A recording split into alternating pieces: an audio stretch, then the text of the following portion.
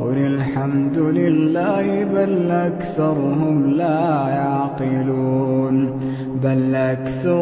لا يعقلون وما هذه الحياة الدنيا إلا له ولعب وإن الدار الآخرة لهي الحيوان لو كانوا يعلمون فإذا ركبوا في الفلك دعوا الله مخلصين له الدين فلما نجاهم إلى البر إذا هم يشركون ليكفروا بما